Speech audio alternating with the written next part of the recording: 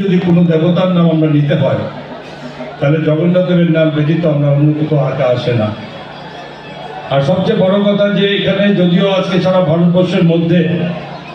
যে পুরী ধামে শ্রী শ্রী জগন্নাথ দেবের এই যে আজকে রথযাত্রা উপলক্ষে সেখানে মানুষের সংখ্যা সেখানে ঢল নামে এটা প্রতিবারই ঠিক সেইভাবে আমাদের ছোট্ট শহর উদয়পুরে যেখানে জগন্নাথ দেবের এই রথযাত্রাকে উপলক্ষ করে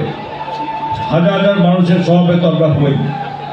এবং সবচেয়ে বড় কথা জগন্নাথ দেবের এই অনুষ্ঠানকে রথযাত্রাকে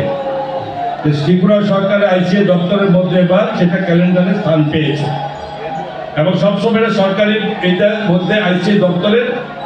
একটা ক্যালেন্ডার স্থান পাওয়া মানে এটা সরকারিভাবে এটার একটা স্বীকৃতি এটা দেওয়া হয়েছে। তো তেমনি আজকে আমাদের প্রশাসন থেকে শুরু করে সমস্ত অ্যাডমিনিস্ট্রেশনের সমস্ত পুলিশ বাহিনী থেকে শুরু করে সবাই রথযাত্রাকে সাবেক সুন্দরভাবে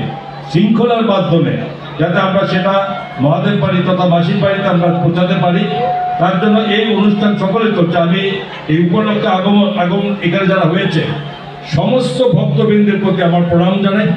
এবং আমাদের এই ছবি